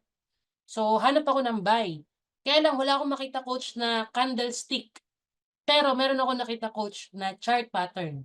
Yan. So, nakita ka ng double bottom. So, sa double bottom, here, simple lang, W pattern. 'Pag nag-break yung neckline niya, here, kung makikita mo dito yung kulay red, nagkaroon ng breakout sa neckline, okay, anong mangyayari? Pagka-breakout, nagkakaroon ng retest or pullback. So, just like ito nangyari na 'to, okay, na-break yung kanyang neckline, anong nangyari? Nag-retest do'n sa kanyang neckline kung saan siya nag-break.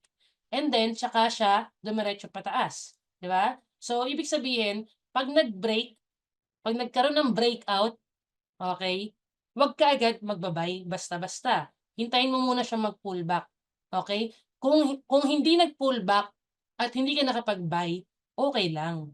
Marami namang opportunities sa market. Kasi ang mahirap diyan is ma-FOMO ka. Mamaya nag-break, yung pala fake out, tapos bumaba ng sobrang lalim, yari ka, naiwan yung trade mo sa taas, okey? So ulitin ko, kung nag-break tapos hindi nag-pullback at dumiretso pataas at hindi ka nakapag-entry, okey lang, okey? So hanap ka na lang ulit ng opportunity wherein like ito, 'pag nag-pullback ulit, okey, puwede ka pa mag-buy, 'di ba? Habol ka ng buy pero make sure na may confirmation, either, candlestick confirmation, 'di ba? So eto, nakikita mo naman nag-pullback tsaka siya lumipad pataas. Okay, this one is a chart pattern na signifying a bullish, trigger 'no? Next naman is yung ating bearish, na chart pattern. So ito very ano 'to, favorite ko rin. Triple tap, okay. But ang pinaka-favorite ko na pattern is head and shoulder. Ah, sa pagkakaalam ko, head and shoulder yung may pinakamataas na win rate sa mga chart patterns, like 73%, okay. Most of the time nagpe-play out siya. So same lang naman 'yan ng head and shoulder, hindi lang sila pantay, okay. So sa triple tap, you have your first tap, second tap, third tap. So makikita mo naman diyan, nagkaroon ng breakout. Okay. So, parang dito, triple tap, nagkaroon ng breakout sa neckline and ang tendency, okay, is yung price bumaba. So, pagka-breakout nito, hintayin mo yung pullback sa neckline tsaka ka mag-sell. Okay? Okay. So, this one naman, bearish rising wedge. So, parang gano'n din siya, hintayin mo yung breakout sa support. Ito yung 'pag nag-drawing ka, ito yung resistance, ito yung support. So, parang ito, dinrawing ko lang. Ayan yung kanyang trend line. So, nagbutas yung kanyang trend line, nag-pullback, tsaka siya bumaba dire-diretso. Okay? So, always wait for the pullback. Yun yung aking rule 'pag nagte-trade. Okay? So, that is your entry trigger, yung ating bullish and bearish na, triggers for candlestick and chart patterns. Okay? Now, eto nakita mo 'to, actually yung time chart patterns na 'yan, available 'yan sa, iba't ibang time frame. 'Pag nakita mo 'yan sa, 30 minutes, makikita mo rin 'yan sa 15 minutes. Mafo-form din 'yan sa 5 minutes and sa 1 minute. Okay, gano'n po siya. Okay. Okay, lastly is yung ating exit. So ngayon, ito yung last formula natin, kailan ka mag-e-exit. So here, you exit when you're wrong, you exit when you're right. So here, pag-uusapan natin na stop loss and take profit. So, for every trade, dalawa lang yung puwedeng kalabasan niyan. It's either nag-profit ka or na-loss ka. So, ibig sabihin 'pag nag-close na yung trade mo, ang either na hit ay stop loss or TP, or take profit. Kaya minsan naririnig mo SL hit, TP hit. Okay, kasi nga isa lang diyan yung puwedeng ma-hit. It's either profit or loss. Now, sa take profit, ito yung nilalagay mong, limit wherein 'pag naabot 'yan, yung profit level na 'yan, magko-close yung trade mo ng panalo. Okay, kasi take profit nga. So, ganito yung itsura niya. Kung magba-buy ka, let's say ito sa green line, dito ka nag-buy, ito yung iyong entry price and umakyat ng umakyat, naglagay ka ng iyong take profit. 'Pag inabot 'yan, magko-close yung trade mo ng panalo. Okay. And kagandahan 'pag naglalagay ka ng take profit, especially kung nagte-trade ka sa forex, beginner ka, may work ka, nakalimutan mong tignan yung chart mo, eh, binabantayan mo nung una, 'di ba? Lagay ka ng take profit para 'pag nagkaroon ka ng meeting or tinawag ka ng boss mo at tama yung trade mo, close siya ng panalo. Kasi minsan ang nangyayari, profit ka na sana, hindi mo lang na-close kasi busy ka, bumaba pa, na-loss ka pa, 'di ba? Nadaanan na sana yung take profit mo. So, always important na, set ka ng take profit when trading. Next naman is stop loss. Ito naman yung ginagamit para ma-limit mo yung loss sa trade. So, this one, sa stop loss, let's say nag-buy ka and nakalimutan mo nga yung trade mo, pero ang kagandahan, naglagay ka naman ng stop loss, nag-e-echo. Ayan. So, naglagay ka ng stop loss, ibig sabihin niyan, kahit maiwan mo yung trade mo at ito yung ma-hit, okay lang, malilimit yung loss mo. Hindi yan magdidire-diretso na sunog na yung account mo pagkita mo kasi nakalimutan mong i-close, okey? So ngayon, eto yung dapat mong gawin 'pag nagte-trade ka, naglagay ka ng buy entry mo, since eto yung entry price mo, lagay ka ng take profit sa taas and stop loss sa baba.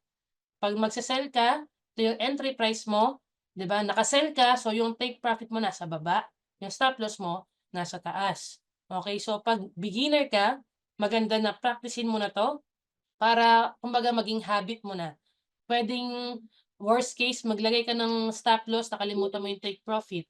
So, mas okey na maglagay ka ng SL, 'di ba, wag mong kalimutan kaysa yung nagdire-diretsong na-loss yung account mo, okey? So, ngayon, actually tapos na ako sa ating May formula. So, tandaan mo lang yon, market trend, area of value, entry and exit. Itong apat na formula na tinuro ko, itong strategy na 'to, hindi ko sinasabi na 100% magwo-work, but magbibigay sa'yo ng confidence na mag-trade kahit na basic lang siya, okey? How many percent should be SL? Ito depende sa risk to reward mo. So, ako kung magre-risk to reward ako 1:2 or 1:3. So, sa stop loss depende rin sa lot size mo. Siyempre, magkano ba yung kaya mong ipatalo?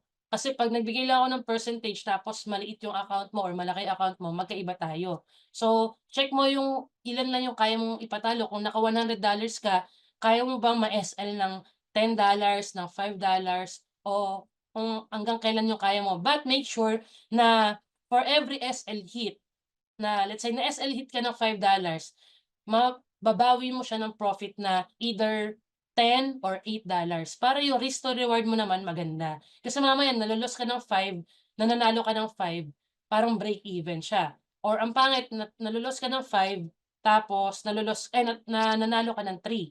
So, lugi. Kaya pataasin mo yung sa risk to reward mo, make sure na yung kaya mong ipalos, yun lang yung kaya mong ilagay na SL, and ang magiging problem mo diyan, sabihin ko na kung beginner ka, is hindi mo kayang i-hold yung take profit mo. 'Pag nakita mo na blue na 'yan, $3 na 'yan, kino-close mo na 'yan.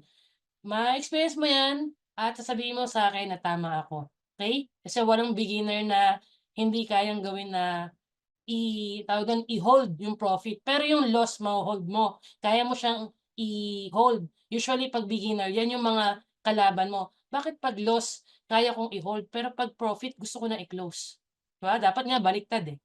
Dapat 'pag profit, mas kaya mo siyang i-hold kasi mas lalaki pa yung profit, yung loss dapat kaya mo siyang bitawan agad.